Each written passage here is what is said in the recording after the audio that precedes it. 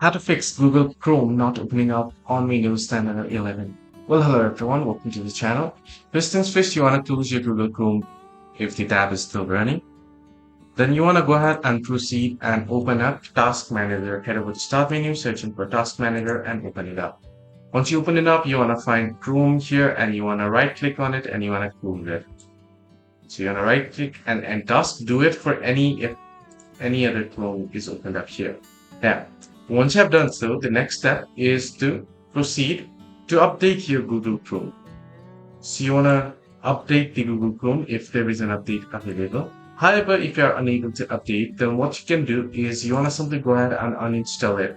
You want to uninstall Google Chrome, so head over to your Start menu, head over to Settings, head over to Apps, and here you can see Installed Apps, head into it.